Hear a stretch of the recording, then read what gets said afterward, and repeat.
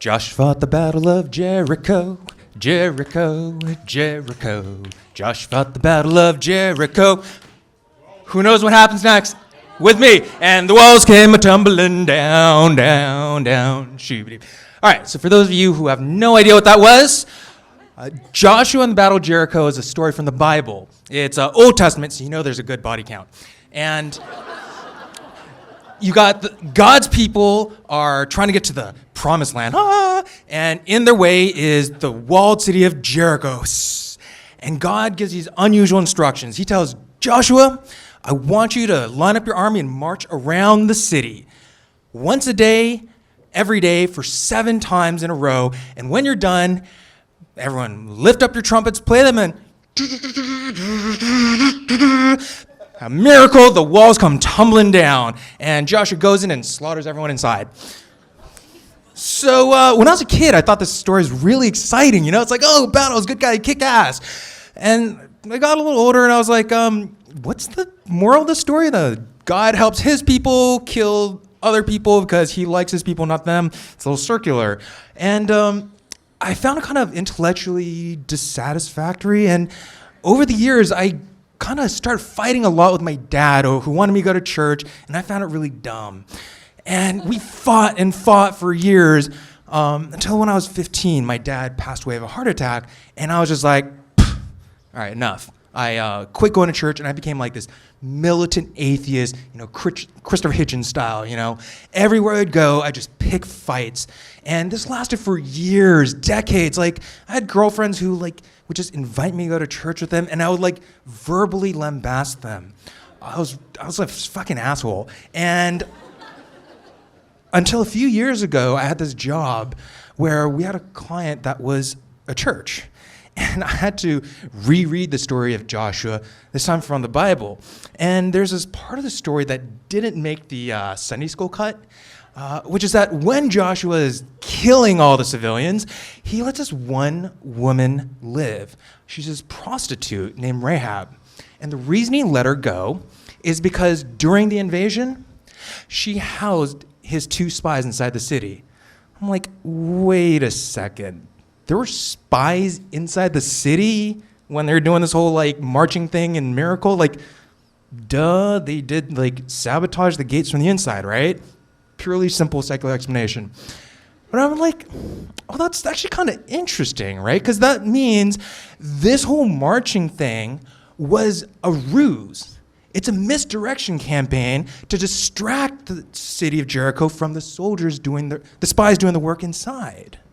And I'm like, okay, so Joshua and Battle of Jericho is actually like an instruction manual of how to do covert ops and military campaigns, which is super cool. I was like, I would have liked this when I was a kid. How come I never learned that? And then I realized, because I didn't read the text in the Bible. I had learned the story involving God and trumpets and miracles. And that's when the second realization hit, which is that the story of Joshua, the legend, was itself a ruse to misdirect attention away from the military secrets in the text. Because think about it. If you're the author of the Bible, you want your descendants who have to study this in Sunday school to learn these cool secrets, but you don't want your hostile enemy neighbors to learn these tricks from you and use them against you. And that's when I had my third realization. I was that hostile enemy neighbor. I was the target of the ruse. I mean, let's review, okay? Hostility to the faith, check. Insider knowledge of the faith, check. And successfully misdirected by this ruse, check. Okay, they say everyone is the hero in the story of their life. Well, it turns out I was a goddamn biblical villain. And, I was a bad guy even on my own terms. I'd failed. I had set out being like defining myself by my intellect, and that's what first drew me away from the church.